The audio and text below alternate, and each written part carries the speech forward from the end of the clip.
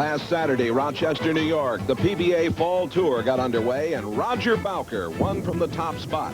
It was only his second tour victory in 14 years. Today, can Doug Kent, a relative newcomer, win from the #1 position and get his first PBA title? He's got his hands full because in the #2 spot is '89 Bowler of the Year, Amleto Monacelli.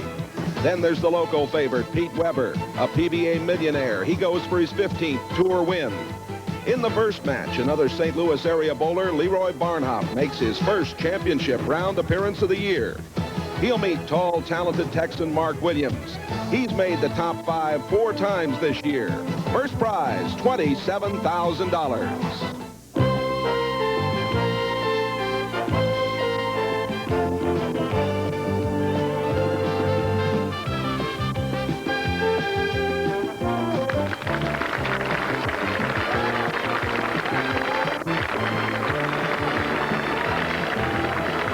Welcome to the Tropicana Lanes, Richmond Heights, Missouri, lovely suburb of St. Louis, the $150,000 Toyota Classic.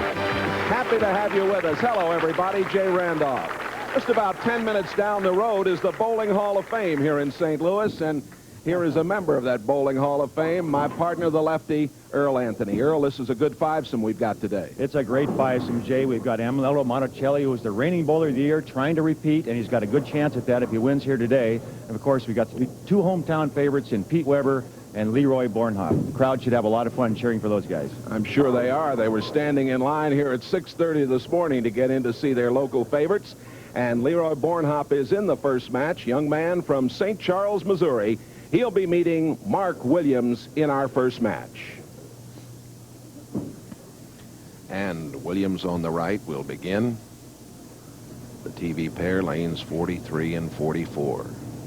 Qualified 5th with that .216 average. Opening on 43. That's a nice way to begin.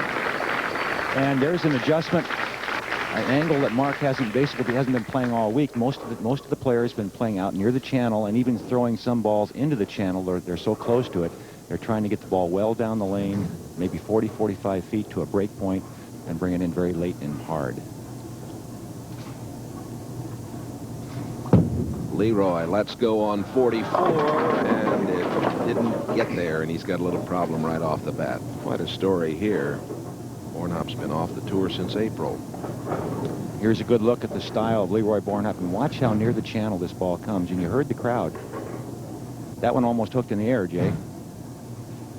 Very, very close to going down in the gutter. Chances of making this are very slim. He's just going to try to bounce it out of the pit and go for the 2 and the 8.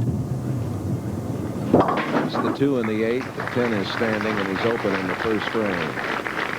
80 years old. He came along with all the gang across the Missouri from St. Charles this morning over the bridge, about half-an-hour drive. And Leroy, as I mentioned, as you look at his family here, they really turned out today. Cindy Bornhop, and, his wife, Kathleen, his mom, and their 8-year-old daughter. But he's been off tour since April, working for Trans World Airlines here in St. Louis. Bornhop in trouble, the 3-6-10. And there's a natural adjustment right there. The first ball he threw, it almost went in the channel. And here's a good look, Jay, at what they're bowling on. It's a very synthetic, can't get the word out, synthetic surface. It takes a tremendous pounding, 16-pound balls hitting that first part of the lane, and it's laid down in 7 panels, glued to a wood base. And that first panel on this side of the house was replaced this past summer because of the pounding.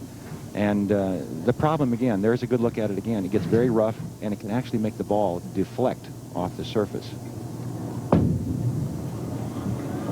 Oh, and Williams avoided a split there, left the 4-pin. We'll talk some more about the lane surface later on, and we'll explain a little bit more about it. Here's a good look at Mark Williams going to the foul line, and he's playing a little deeper into the lane. By that I mean more toward the center, between the 2nd and 3rd arrow, and trying to arc the ball out to about the 8 board. And both players a little nervous this early in the first match. And once they get loosened up, I expect some good scores, Jay.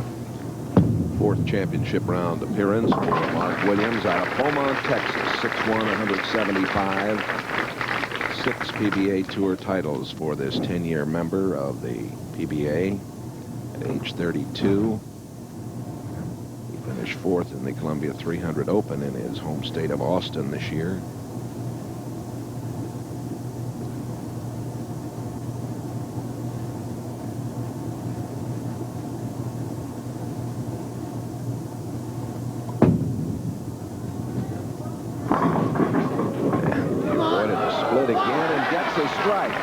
How about that? That's what the bowlers call the messenger, Jay. Just the pin off the wall, comes all the way across the lane and take out the 10 pin. A very late 10, giving him a strike in the third, and Bornhop down by 11 early.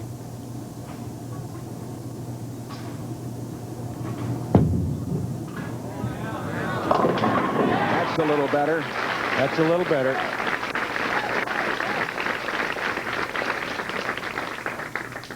Both players striking in the third frame.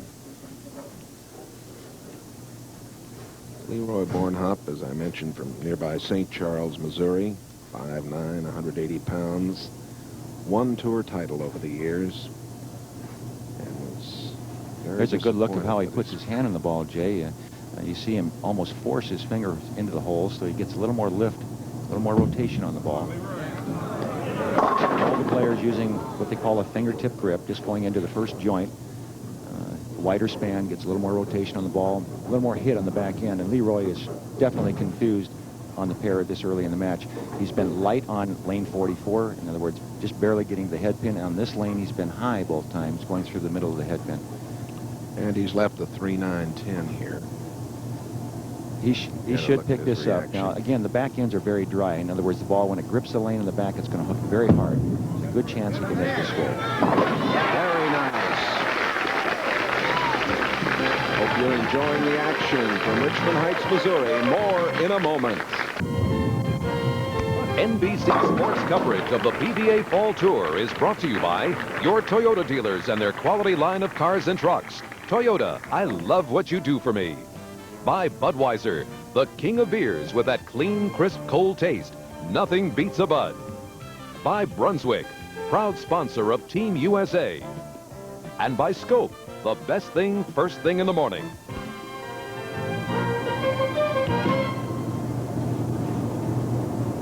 Bornhop down by 20. Bowling in the sixth frame, lane 43.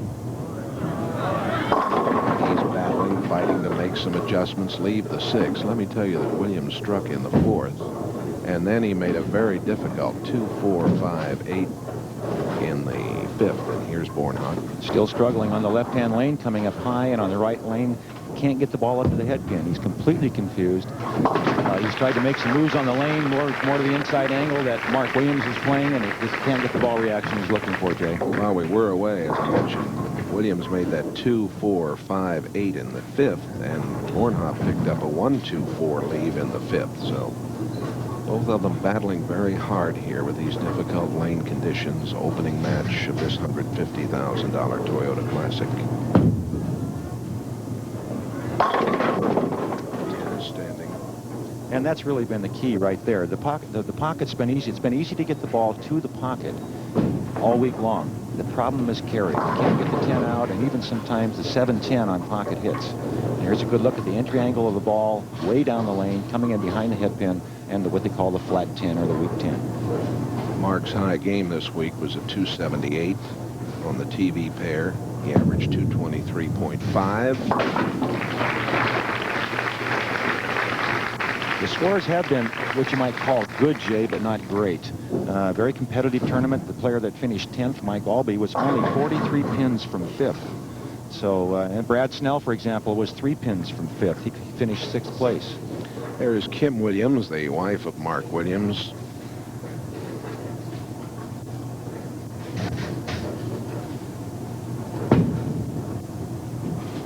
Oh, 4-9. Both players still battling, Jay. The left-hand lane obviously is hooking more than the right lane. And here's a good look at the ball. And again, it gets well down the lane, and right there it turns to the pins and breaks very sharply.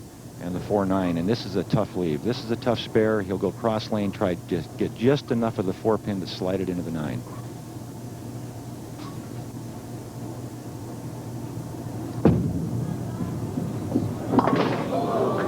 Good effort. We will be back with more in this first match. Williams has an 8-pin lead. There's a record holder, the oldest lady to roll a sanctioned 300 game, Helen Duvall, WIBC Hall of Famer, still very active, traveling all across the country to veterans hospitals to teach and entertain the patients. And she's a representative of BBL, bowling's great charity, which raises about $1 million to give hospitalized vets little extras. And great to see Helen Duvall on hand here today. Now, Leroy Bornhop.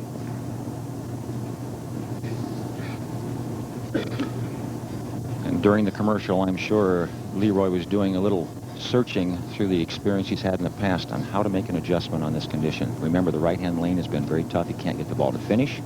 The left-hand lane's hooking too much. He's moved back outside. And there he is again, light on the head pin, and a really tough spare this time, Jays.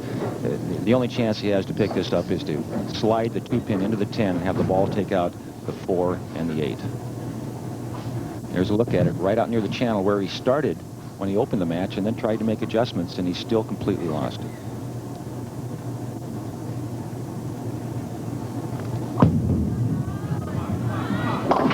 Leroy quit the tour, as I mentioned, in April. Hasn't been bowling since then. He said he was just going through the motions, and he took a job here in the St. Louis area. Well, Leroy has been one of the better competitors on the tour for a number of years. He just got to the point where he was burned out, you might say, Jay. And when you get to that stage, the best thing you do, go home and reevaluate where you're going with your life, and that's what he's done. And he's doing a good job of taking care of his family. And what he's doing out here on the tour now is competing even at a higher level because he's more relaxed. High game this week, 298. All right. Strike in the 8th for Bornhop.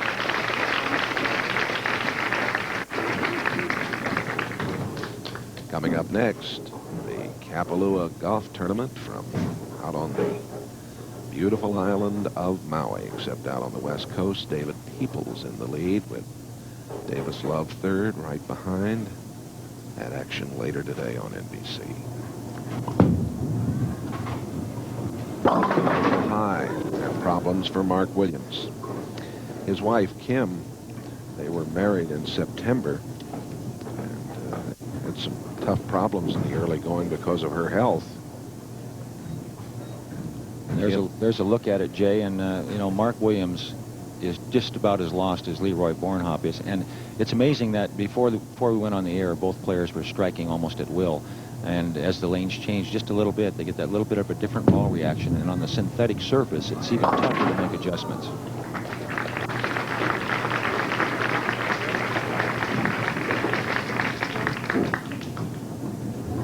Here you can see Mark's ball. He's trying to slide the 3-pin over into the 4-7, doesn't quite do it. A little too much of the 3-pin. Despite being open in the 7th and 8th frames, Williams still has the lead. We could have a tie here. Good possibility, but the way things are going, I think both players right now would just like to spare out and hope the other player doesn't do it. Whoa.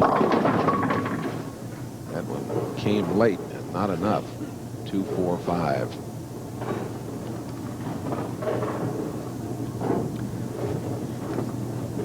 It's a good look at Mark Williams' hand position and his release at the foul line. That good follow through. He's making good shots. He's just not, the ball just isn't reacting and really doing what he expects it to do. And the same thing is true for Leroy Bornhop. Both players are making good shots. They're balanced at the line. They're going through the ball well, but they're completely confused.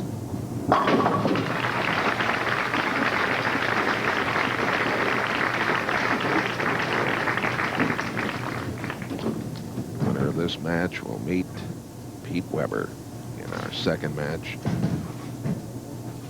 Weber, of course, the son of Hall of Famer Dick Weber, and a young man who is so very talented. Now Bornhop on 44. Looking good. And there is a great adjustment. Leroy went near the channel, and he squared up the shot. He moved his feet to the right. There's a good look at him, and he goes with a lot more ball speed to keep the ball on line. He forced the ball to the pocket, and sometimes that's the only answer there is when the ball isn't reacting. You have to make it happen. A lot of body English that time. He needed that strike. And right back to what you say, Jay, a good chance for a tie here.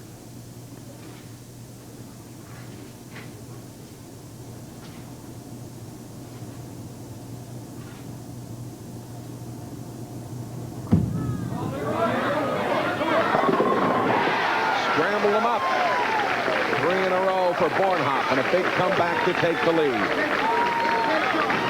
Leroy Bornhop with 2 more strikes here in the 10th frame. Here's a look at that shot. Again, you can see he's going with more ball speed. He's trying to force the ball well down the lane. And if he strikes out, his total score would be 200. Mark Williams, the most he can get is 190. Gentleman just behind him there in the glasses, John Archibald, a Hall of Fame writer.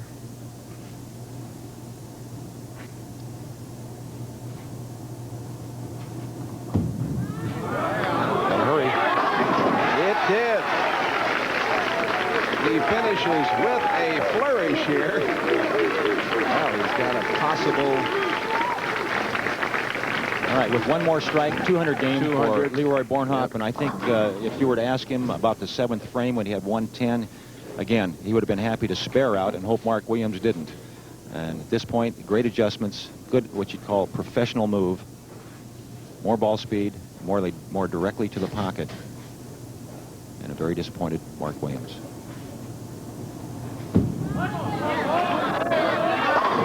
One more, they say, and he got it. 200 games. And the family is very happy. Some comeback. You know, you talked about him being off the tour, we mentioned since April, but he's been around, and he made a wonderful adjustment. Now, Mark Williams leading at 10.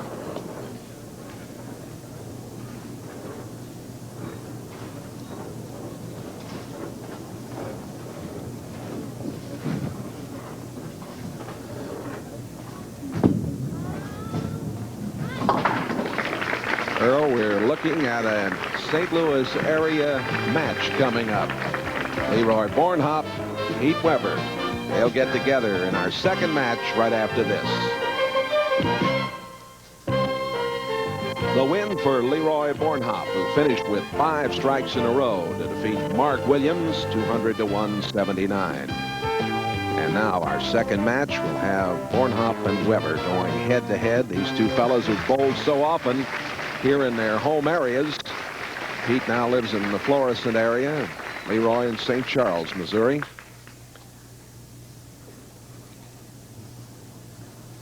And we talked about the adjustment Leroy made to finish that game with those 5 in a row. Let's see if it's still working for him to start the match here.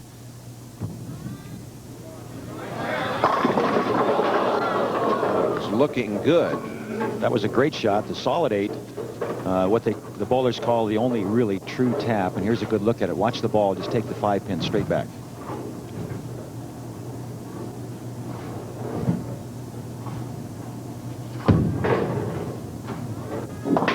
Leroy very consistent this week. Second after the first round, then he was first after the second, third round, second after the fourth, slipped to fourth in the 5th, and held on last night for the number 4 spot. Now Petey Weber.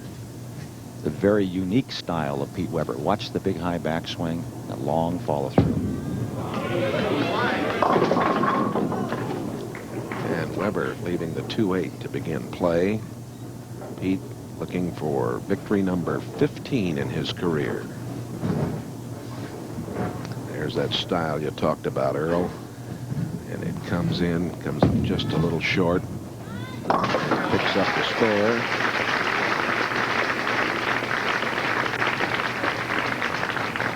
"28 years old, 11 years on tour." He, of course, has been bowling since he was knee-high to the pups around here. There's his dad, his proud father, Dick Weber, one of the great people in the game. Now, that happened to him 3 times last night. That's what we talked about earlier, the 7-10 in the pocket. And what happens here, the ball is coming at such an angle. Watch the ball hit. Now watch the 5-pin go behind the 7. See there? That's what causes that. The ball's coming at such an angle. It hits so hard, it actually overhits. Hits too hard, drives the 5-pin instead of into the 7 behind it.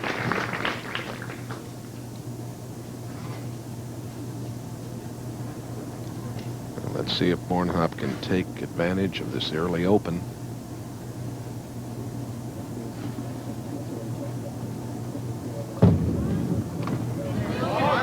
And he comes up short again. And there again, remember he finished that game. We talked about it several times already, but it bears repeating. He finished the game by going with more ball speed and a direct angle to the pocket. This, he went back to his original shot. Why, I don't know. The ball didn't get back to the head pin. He struggled with this kind of a ball reaction throughout the first match. It's almost like he had a little loss of concentration there, Jay. He's going to try to make the 2-pin slide across the lane and knock out the 10.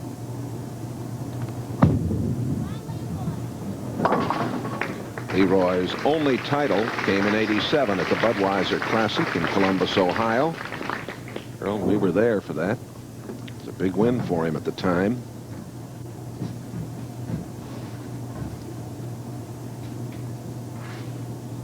He made one telecast last year, Bornhop did.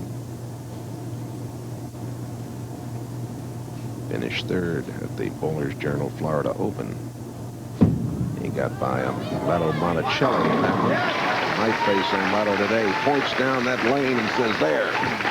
Well, that's the lane in the first frame. He left that solid 8-10 on, and here's a good look at it. It's almost an identical shot. The ball finishes very high in the pocket, coming on at a very abrupt angle. Almost left the solid 9 this time. There's the look.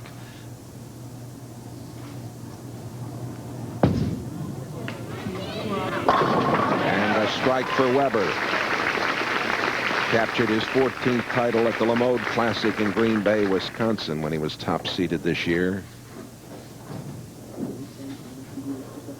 One of 3 to win the PBA Triple Crown.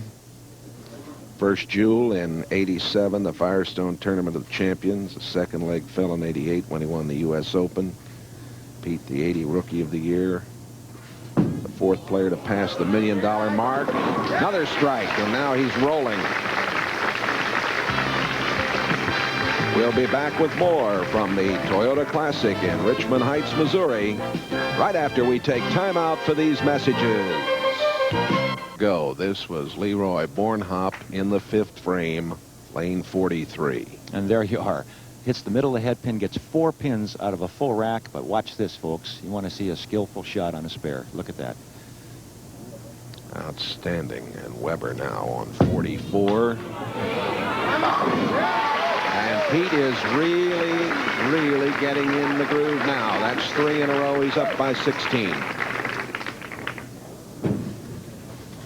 And he's into it not only physically but mentally, Jay. He's pumped. Look at the look in his eye. If anybody can be aggressive on the lanes, Pete Weber and Mark Roth are the people. Those two are the most aggressive match players I've ever seen. Pete Weber gets it going. He could strike forever.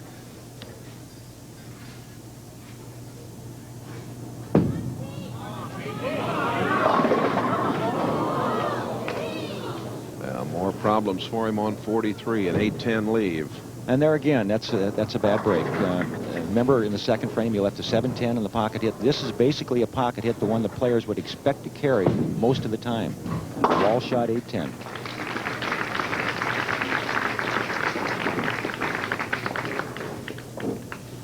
Bornhop back in the lead by 2. Or check it, Weber in the lead by 2.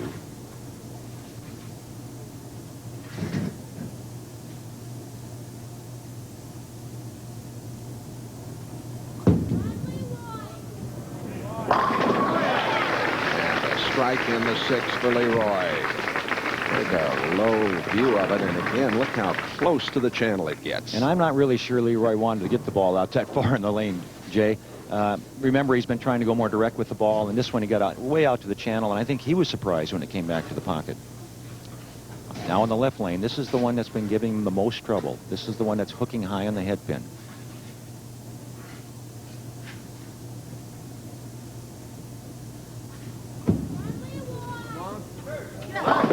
came up short. And a 2-8.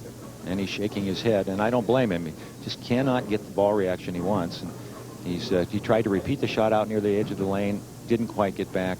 And remember, this is the lane that's been hooking too much. A little more ball speed, didn't get it back to the pocket. This has been the toughest spare for all the players all week, the 2-8.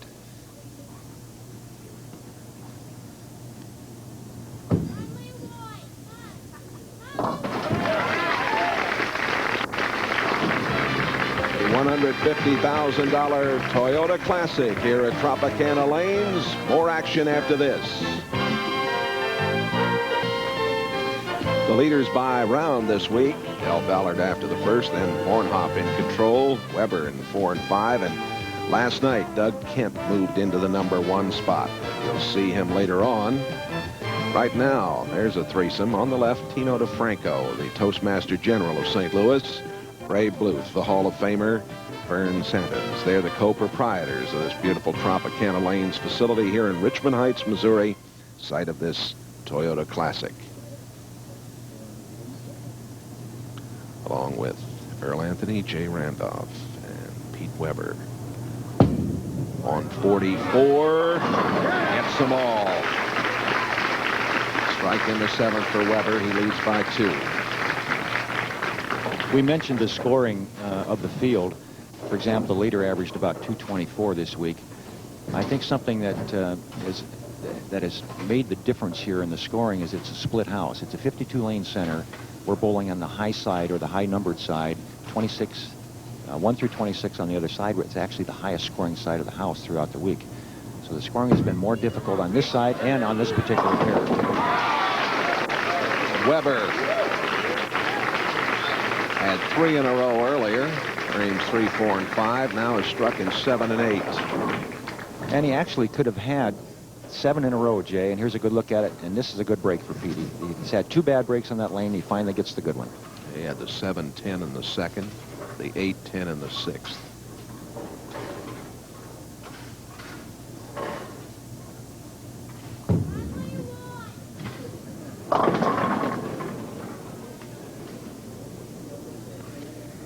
And again, the 2-8. Remember when he finished that first match with good ball speed and more directly to the pins?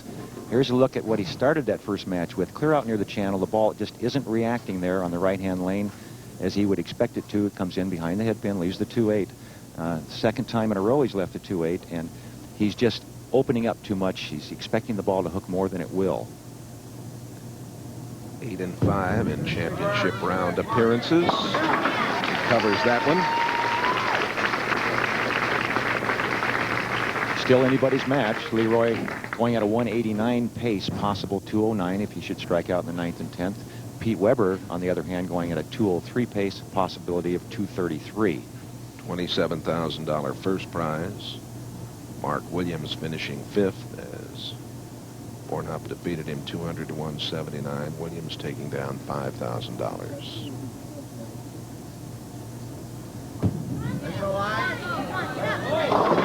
Oh, the Brooklyn left the 3.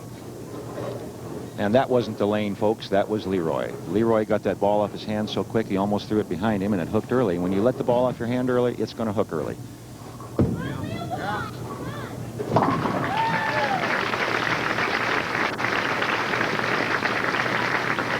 Talks about the prize money. There it is. $27,000 up on top. $14,000 for second. Mark Williams picking up the $5,000 as we mentioned. Weber with a 15-pin lead on 44. 9th frame. Didn't get the 10. You see how the pins are jumping and dancing down there at the other end. Part of that is the angle the ball is entering the pocket. Watch the pins jump up in the air and fly. And the other is that the pin deck is not wood either. It's a synthetic pin deck. It's called a phenolic pin deck. And it's a very hard surface, makes the pins jump. Using the new magnetized oil here again this week, and most of the players really like it as we look at the scoreboard here. Weber captured his 9th career title here in his hometown back in '86, the St. Louis Open at North Oaks Bowl when he downed Dennis Jacques in the title match.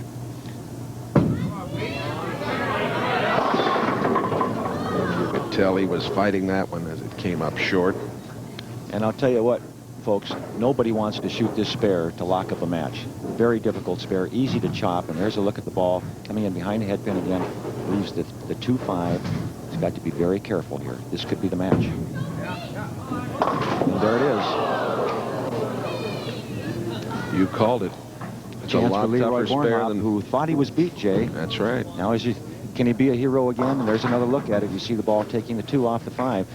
He did it in the first match against Williams. He needs a double to win this match.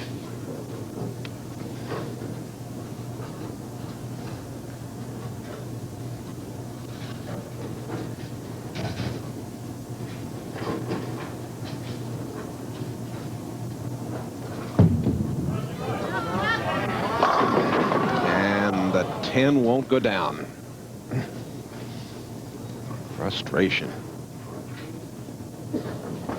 This is probably the best shot he made in the whole match, Jay. He threw the ball exactly the way he wanted to. Just a bad break for Leroy. And Pete Weber. Pete Weber's going to be our winner. Weber. And he's going to have his hands full, isn't he? Yeah, he is. He will face Amleto Monacelli, the 89 bowler of the year. Weber and Monacelli coming up. Now, at a pro shop near you, Brunswick is delivering a 100% urethane monster. We're delivering the power of a Rhino. The hardest charging ball in America. With 5 distinct formulations, Brunswick's Rhino reigns. Janitor, to the pro shop, please. Time now for Beyond the Foul Line with Earl Anthony. Presented by the American Bowling Congress. We've all had those nights where sometimes the ball goes right through the middle of the head pin. Other nights you can't quite get it up to the pocket. Well, that's why the best bowlers in the world use more than one bowling ball. Various bowling balls will give you a different reaction on the lane surface. You can see by this demonstration that using a precision ball thrower, a polished or slick surface on a ball may not allow for enough hook to reach the pocket. By using that precision ball thrower again, a rougher surface ball thrown the exact same manner will reach the pocket for a strike. Thus, the right equipment is very important to the success of your game. See your local pro shop. He'll help you pick the right bowling balls to make you a better player. Pete Weber, the winner of our second match over Leroy Bornhop, and now Weber going up against the 89 bowler of the year who'd like to win that title again, Amleto Monacelli. Match 3 coming up. Before it does, let's remind you about tomorrow, 12:30 Eastern Time, NFL Live. OJ examines the NFL's #1 defense, the new no-names of Miami. And most of you will see the Dolphins, co-leaders in the AFC East, battle the Jets, and they're looking for their 3rd straight win. Others will see the Seahawks waging war against the Chiefs or regional action. Check local listings for the game and time in your area. NFL Live kicks it off tomorrow at 12:30. Monacelli and Weber set to go. Well, this should be good stuff here. Well, I hope so, Jay. We've got 2 extremely talented players, probably both going to be in the Hall of Fame one day. But let's see what happens with the lane reaction we get here.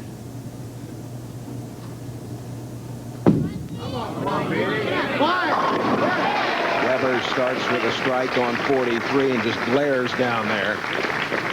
Earl, you're beyond the foul line. Pointed out the difference in the balls, and we've seen some slick balls in action today and some dull balls in action. Here's Monacelli qualifying second, 224.7 average from Venezuela.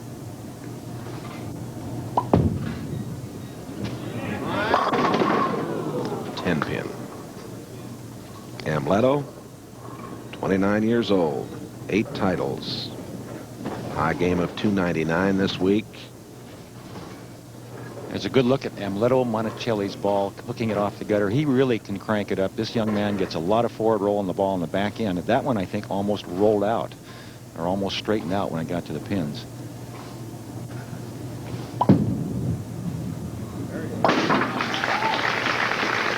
And when you talk about the different ball surfaces, Jay, this is a good look at Amleto Monacelli's biography, you might say. 9 years as a PBA member. And can you pronounce that hometown?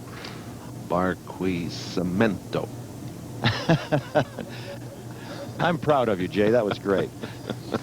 But when we talk about the ball surfaces, now here's a ball that will hook a lot, and Monacelli loves to see the ball hook. He wants to send the ball way out to the channel and have it roll back, whereas Pete Weber uses more ball speed and a slicker surface to go more directly to the pin. And Monacelli with a strike on 43. Right, now here's what we mean. Look at the big turn of the wrist. Watch the ball go well down the lane, almost to the channel, come all the way back, 10 in the pit. And now we'll look at Pete Weber and the difference in the ball. See how shiny that ball is? The reason being he wants the ball to skid farther. He likes it, and well, he should. Weber opening with a double, up by 10. Now here's a good look at Pete Weber on that last shot. Remember Monacelli's ball going from the inside clear out to the channel. Pete Weber is going to the same break point, but he's going more directly to it without the big arc, and that's the reason for the difference in the surfaces of the ball.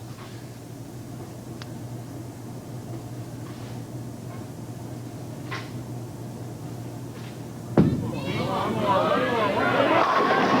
opens with a turkey.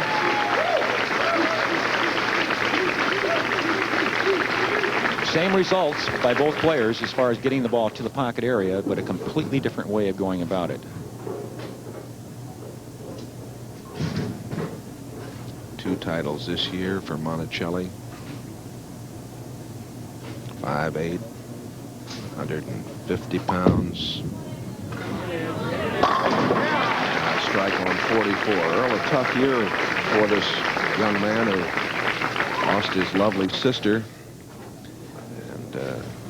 He's a very hard worker, man who has come up here and done so well in recent years.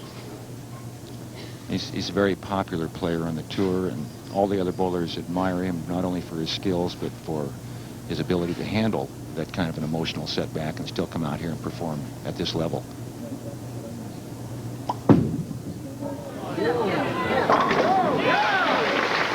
Strike on 43, 3 in a row for Monacelli. They're warming up here in this $150,000 Toyota Classic. Live from Hawaii next, except out on the West Coast, you'll see the action of the final round of the Kapalua International from beautiful Maui, Hawaii. Mark Roffing's home spot out there. What a beautiful place. And Pete's ready to play. David Peoples is leading that tournament. Davis Love in contention along with Tom Pertzer, Nick Price. The final round of Kapalua next. Now Weber is next. The match, even Steven.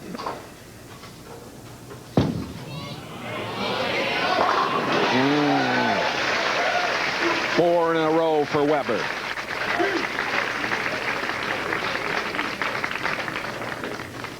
Look at the aggression now. Look at the look in Pete's eye. He is ready.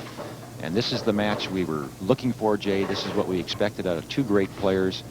They've figured out the lanes. They know exactly what they want to do, and they're doing it.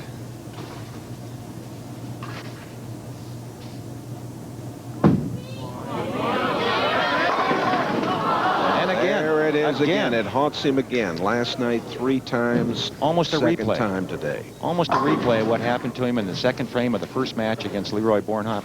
Watch the 5-pin, the key to this hit. The 5-pin goes behind the 7 again.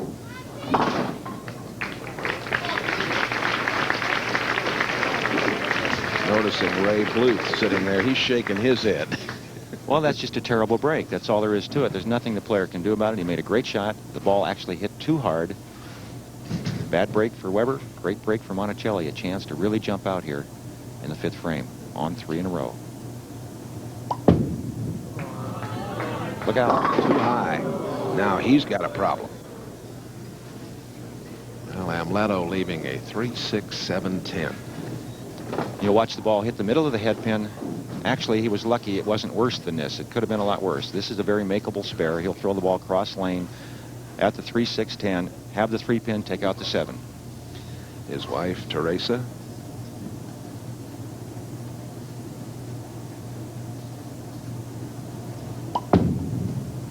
Got a chance.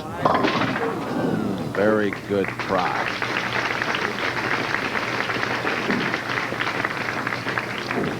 Now he wants the 3-pin, the pin in the front, to go over and take out the 7, and that's inches away, Jay, from almost a perfect shot. Just got behind it. I think Monacelli on that first shot last frame, his strike ball stuck or slid a little on the approach more than he expected. I think that was, he lost his balance a little bit. He was looking at the approach. Amleto with a win over Weber in match play in what was a very close match. Now a 7-10 for Amleto over there on 43. But a different way of going about it. Remember, we talked about the different approach they have with the strike ball. Watch what happens to Amleto's ball. Watch the deflection. It rolls out, straightens out right there, and bounces away. Barely gets the 5-pin. Completely different from Pete Weber's, where it hit too hard. This didn't hit hard enough. Not quite enough energy left when it got to the pocket. Oh, and comes up, leaving both of them. And, well, Weber opened the door. Well, this is my fault, Jay. I'm the one that said we've got the match we've been looking for, and right away we got 3 consecutive open frames. Well, it certainly was moving along in heated fashion through the first 4 frames. Long way to go. Here's Weber over on 44, trying to get in there. He came up a little short. Leaves a 2-8. He's got the lead. His mom, Juanita, there on the right. And Dick Weber is sitting there saying he doesn't know what's going on. And even Dick Weber's confused. You know there's something tough out there, Jay. Great cover there on a very difficult spare, the 2-8. Well, Dick Weber, longtime friend of yours and mine, and his wonderful wife. And look how apprehensive family. he is there. You can see the look on his face. He's so nervous. He's biting his lip, his fingers. He's chewing on his nails. He's never nervous when he's playing, when he's bowling. But his son, he gets very nervous when he watches. Brooklyn. 6-pin.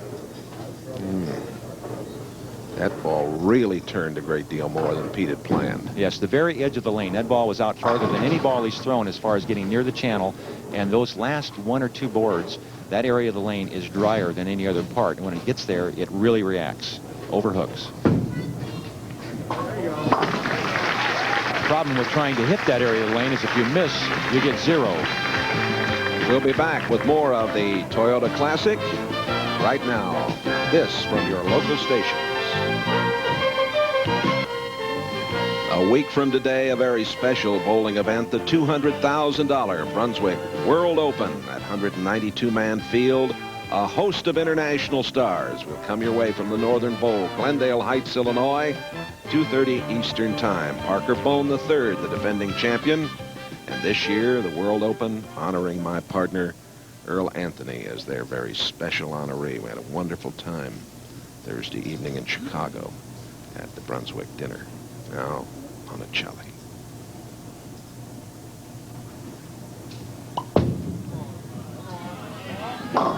Leto down by 23 and problems on 44 as he leaves the 4-6-7. And again, the look of disbelief. Now watch him. He felt he'd done exactly what he wanted with this ball. You can see the look in his eye. The ball goes through the middle of the head pin, an impossible spare. Basically, all you can do is bounce it out of the pit.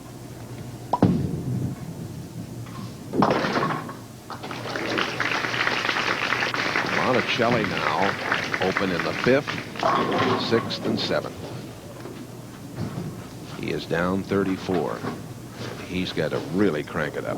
And you never know what's going to happen on this lane condition. Anything can happen. Monacelli is doing things in trios. He might get the next 3 strikes. Weber could get in trouble. He's made a couple of shots that were a little wild the last 2.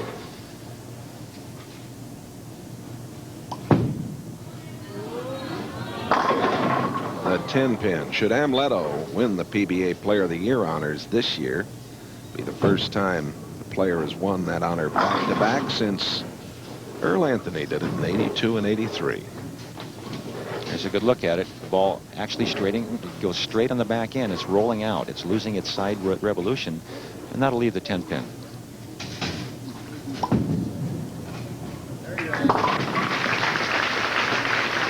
And again, the lane surface that they're playing on it is synthetic, and there's a good look at it.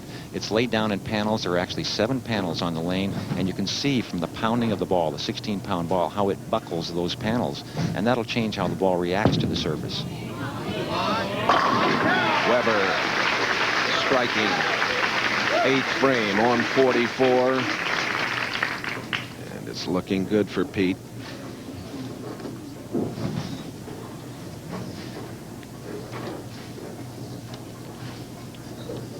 To tell you about tonight on NBC. Parenthood and Working It Out, followed by the Golden Girls. Another for Weber. And that pretty much locks this match up, Jay, right there. Pete Weber at this point going at a 225 pace, possible 245. The most Amleto Monacelli can finish out with strikes in the 9th, 10th, 11th, and 12th frames is 201.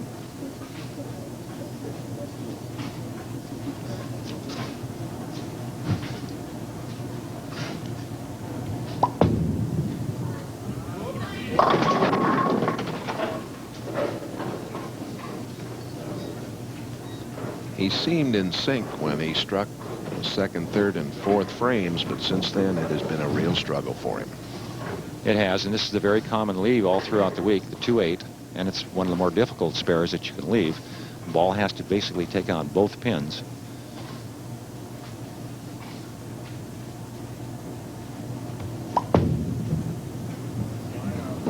Just like that. Very expressive eyes of Teresa Monacelli, and isn't she gorgeous? She is. They're a neat couple. They really are. Too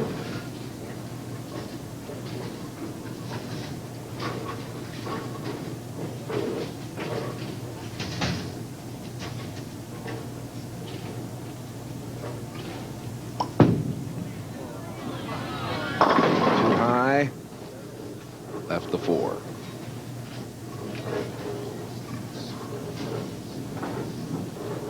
Mark Williams finishing 5th. Leroy Bornhop finishing 4th.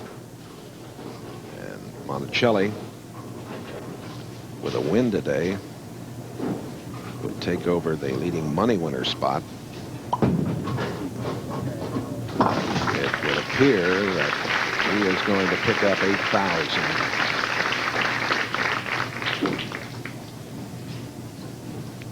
Chris Warren leading the money list right now with 190,000 plus. Monacelli with an excellent chance to have the money leading title and win bowler of the year again. We'll see what happens over the next few weeks. There's the money leaders.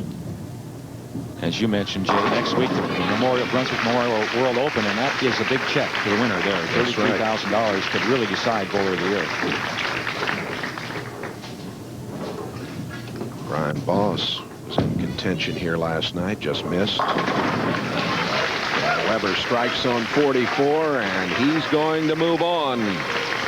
Pete Weber will be in the championship match here of this $150,000 Toyota Classic against the man from Canandaigua, New York, Doug Kent. That action coming up when we come back to Richmond Heights, Missouri. Leroy Bornhop defeated Mark Williams in our first match of this Toyota Classic, and then the victory for Weber in a close one over Bornhop. Weber defeats Monacelli 234 to 178 to get a shot at the top prize of $27,000, and he's going against young 23-year-old Doug Kent. Kent from New York State. Here's the top 24, Mr. Holman, finishing 24th this week. Now, a lot of the players struggled throughout the tournament trying to figure out the changes from pair to pair in the lane condition, Jay. And I know I might have overplayed the lane conditions a little bit today on this particular pair, but it's been such a key all week, and who could adjust the quickest. And as you can see in that last match, as we go through the top 24, the last match, Pete Weber has made some good moves. He's changed his ball speed and his rotation, and he's really lined up well now. Should be a great match, this championship match. Another area bowler, Steve Wunderlich, doing well. Mike Albee, of course, picks up $2,800. Brian Voss just missing the top 5. He had a tough time last night. Brad Snell of Elk Grove, Illinois, finishing in the number 6 spot. 300 games, our good friend Frank Ellenberg, who works with us in the truck, Don Gianallo, Brian Goebel, and Mike Miller, all picking up perfect games. Now, as always, uninterrupted coverage of the championship match here on NBC Sports. Pete Weber going against Doug Kent. Kent looking for his first title, Weber for number 15.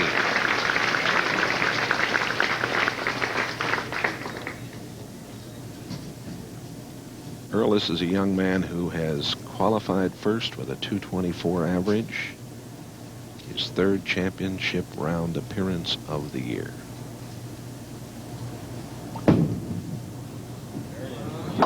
Didn't get there. We're going to see a different style here in Doug Kent, a unique style, and also he's playing the lanes completely different than any of the other players that have been on the telecast today. The other players, the first 4 players you've seen so far, are playing out near the channel. Doug Kent playing inside the 3rd arrow, going more directly at the pocket. Tough spare. He's going to try to get the head pin into the 10 pin. Slide it across. And he leaves 2.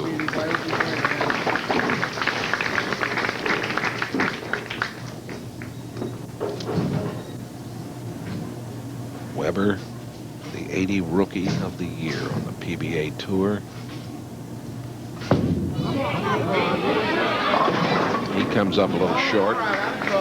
Really a bad shot there by Pete, his opening shot of the match, and I'm kind of surprised that between matches he didn't. The players have an option of practicing on an alternate pair, and Pete just kind of sat around and relaxed. And even at his age, you can stiffen up a little bit. That was not a good shot by Pete. Pete now with a career record of 55 and 38 on television. Over 1 million. This year over 65,000.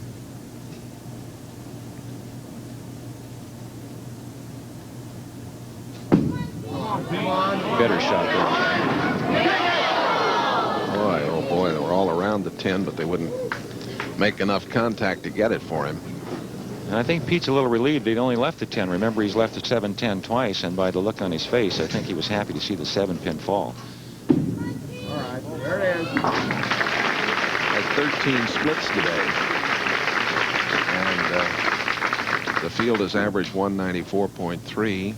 Weber's averaged 211.5. Here's Doug Kent on lane 44 for the first time.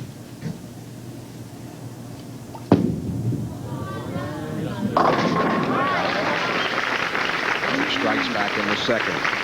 Kent from Canandaigua, New York. Several things unique about this young man's style. See how the arm swing goes way out to the right, then he tucks it back in, gets the ball well out on the lane, real good deep knee bend for good extension. The other thing, Jay, is when next shot we get a look at his slide to the foul line, you'll see that he's about 18 inches from the foul line. Very different. Very pleasant young man. Chatting with him today, he was looking forward to trying to get the big money. And the 7 stands. Here's a look at his approach now from the side. And you see that arm swing. Now watch the position of his knees, but look how far back he is from the foul line. At least 18 inches. Why he does that, I have no idea. But he does, and it works for him.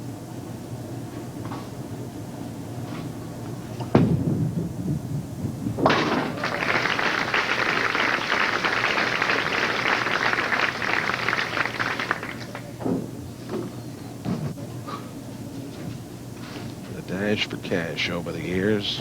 Earl Anthony, the first man to win $1 million. Then Roth, Holman, and the others. Come on. Yeah, ooh, that was almost in the gutter. Almost, Jay. And remember I mentioned earlier about those last 1 or 2 inches of the lane being very dry and a lot of friction. Now watch when it almost goes in the channel and then overhooks. Too much hook. You've seen him do that a couple of times. No cherry. Weber with a 9-pin advantage in the early going.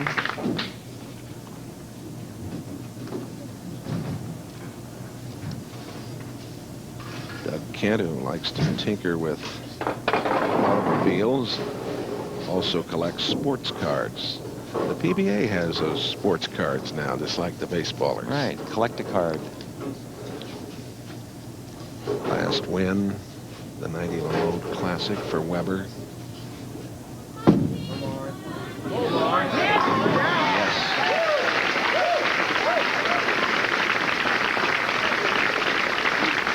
Weber going to win his 15th title right here before his mom and dad in his hometown? Or can this fella stop him? This one's a long way from over, Jay, and this young man has made a couple of good moves already on the lanes. I think he's ready to start striking. Let's see what happens.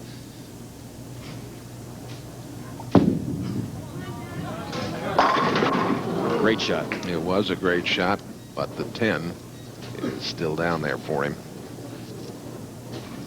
Here's a good look at him from the front now. Watch the good extension, the real long follow-through. Tremendous rotation on the ball. He's playing in the middle of the lane where there's a lot more oil, so he's using a rougher surface bowling ball. He's trying to go straight into the pocket. He thinks that he can keep it in play better there than he can out near the edge. Final round of the Kapalua from Maui coming up next, except on the West Coast. This is Doug's first full year on tour. He idolizes the overpowering rushing style of Mark Roth, and right now he's down by 10. He is 0-2 on TV with just 172 average. He and partner Jimmy Certain finished second, though, in the Senior Touring Pro Championship doubles in Buffalo. They were top seeded, lost to Rowdy Morrow and Dave Sutar in that one.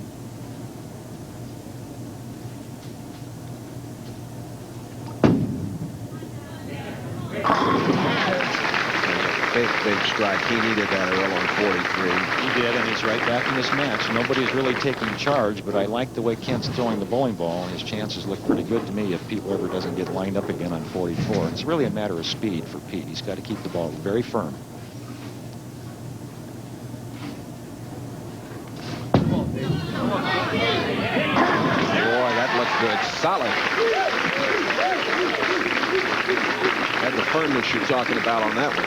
He had it, and that was a great shot. Pete knows what he's doing out there. He's a young man at 28, but he's very experienced. He's been here before, and he wants to take charge. And a lot of that aggressiveness, I can't even say it, aggressiveness that he's showing is really, I think, a little bit of a psych thing for Doug Kent also, the rookie.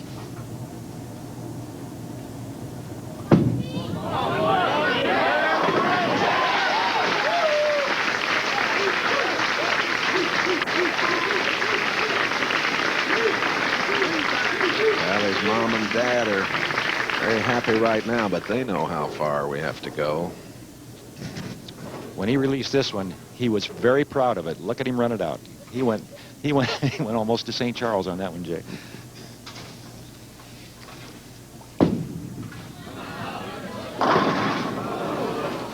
Spinner that wouldn't go. 4 is still down there for him. Doug Kent, his last 3 shots were very well executed. Didn't get the good break in the 4th frame, left a solid 10, struck in the 5th, came back with a great shot and left the 4-pin. He could be well into this match with Pete, but he just hasn't had the good breaks at this point. Still a long way to go.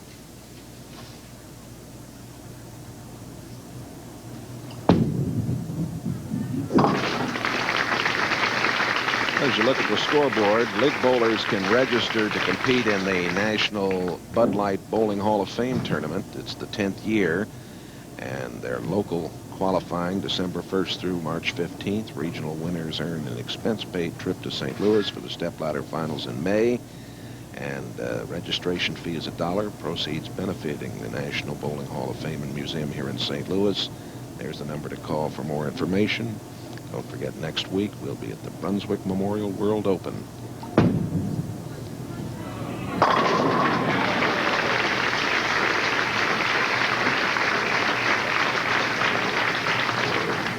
A lead of 30 for Pete Weber, who has struck in the 4th, 5th, and 6th.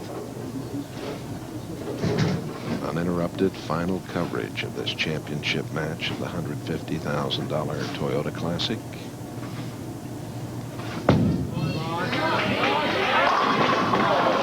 The 10 is oscillating but standing. Oscillating. Hey, there's a good word. I like that one. That was a wonderful shot Pete had just made there. When he let go again, he was running. He knew he'd made a great shot. The ringing 10, the solid 10. And that is a little bit of light at the end of the tunnel for Doug Kent.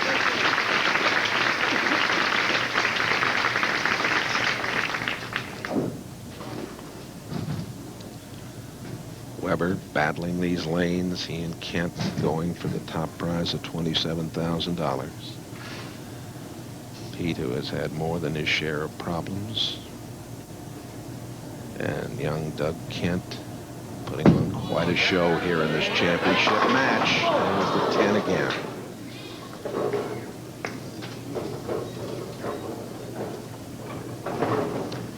You always know how Pete Weber feels. He'll let you know by how he expresses himself with the results of the shot.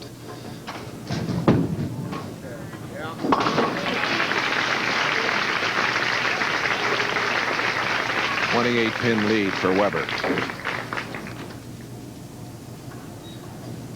The key at this point in the match, 8th frame for Doug Kent. If he can strike on lane 44, he has a good chance of getting the strike in the 9th. He's lined up on lane 43. This is the shot he wants the most.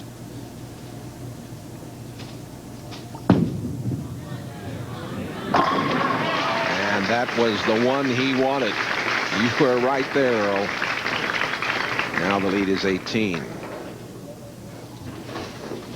Great concentration. Look at the rotation on the ball again. Tremendous rotation. He's playing again into the oil, the rough surface bowling ball. He's really rolling the ball well. Jay, I think Pete Weber could be in a lot of trouble here. If he strikes in the 9th frame, Doug Kent that is, we've got ourselves a great match going here.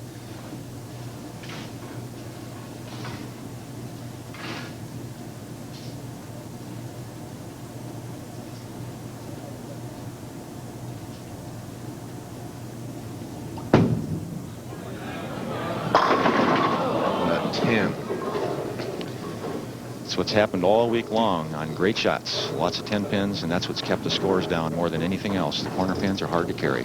Frustrating for the bowlers, Earl.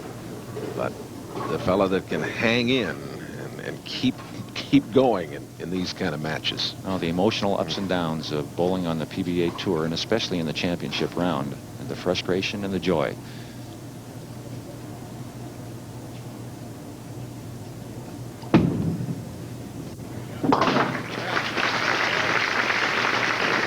Weber up by 19 pins, getting ready to bowl on 44 in the 9th frame of this championship match.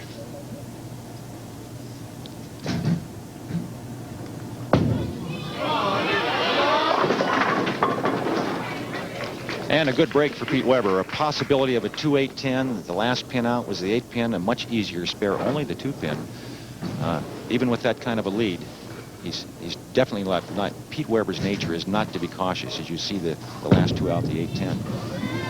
Oh my, and he almost missed it.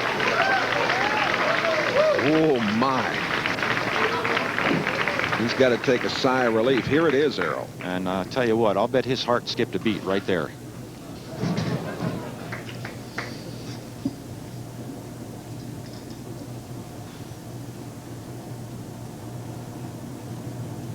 Strike to win the match. Pete Weber, well, he's not all the way to St. Charles, but he's through Clayton anyway. He went right out of the building. Pete Weber is the winner.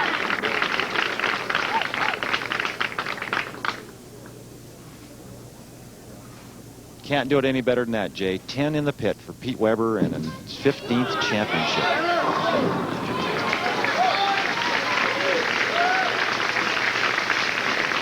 And look at Mom and Dad. Yes, sir.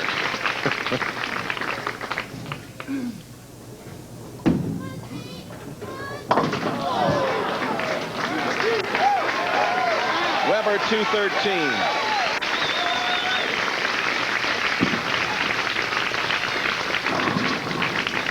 Kent striking.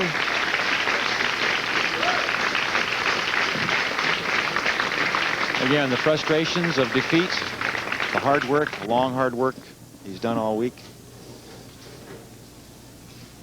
And in one match, it's over. And Pete Weber, the joy for him and his family.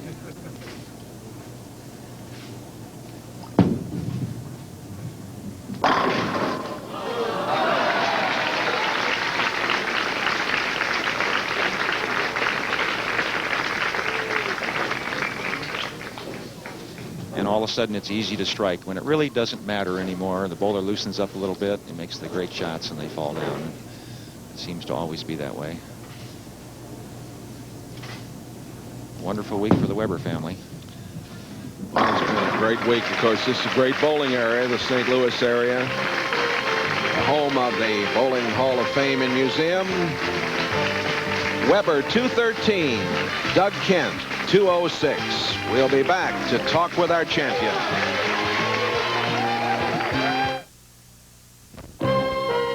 NBC Sports coverage of the Fall Tour has been brought to you by your Toyota dealers and their quality line of cars and trucks. Toyota, I love what you do for me. By Sinex Ultra Fine Mist, the nasal spray that goes up and stays up. By Castrol GTX, engineered for today's smaller cars. And by Bud Light, everything else is just a light.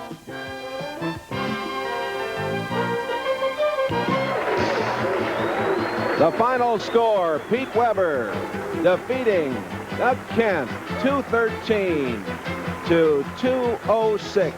The victory here for Pete Weber on home ground, and a very popular win it is. There are your folks, Juanita and Dick Weber, as they reacted to your championship. Pete, congratulations. Thanks, Jay. It's been a real pleasure all week long just to be home in St. Louis and bowling in front of the hometown crowd, and especially my family. And it's just so great to be here. Boy, Toyota's been great. They got a little red car sitting out there I thought I was going to get, but I don't get it. So I think you can buy it now if you like. Earl, a question from you. Just one thing, Pete. I think it could have been a very short afternoon. The spare in the 10th frame of the first match against Leroy Bornhop. Well, that was the first time I chopped it all week long, Earl. I mean, my ball never got far enough left to ever chop it during the week, and all of a sudden I thought it was going to skate a little bit more, and it didn't. And Leroy, he threw a great ball and got a bad break, but. And then the 2-pin in the last match? Well, I wasn't worried. At 2-pin, he wasn't worried. Chris Santo of Toyota, bring in the marvelous trophy. Here it is. On behalf of Toyota, I'd like to thank everybody locally and all the people here at Tropicana for making this event such a success for us.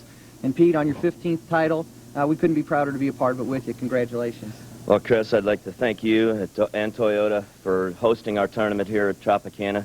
I'd also like to thank Tino DeFranco, Ray Bluth, and Vern Santons for having it here. It's a beautiful center, and I hope we come back. All right, Tino, bring in the check. Tino DeFranco with the check right here. Okay, congratulations, Pete. There he is, your champion, Pete Weber, who wins the Toyota Classic. The family coming out. Remember, coming up next, the Kapalua International from Maui, Hawaii. And for Earl Anthony, this is Jay Randolph reminding you this has been a presentation of Bud Sports and the PBA Incorporated in association with NBC Sports.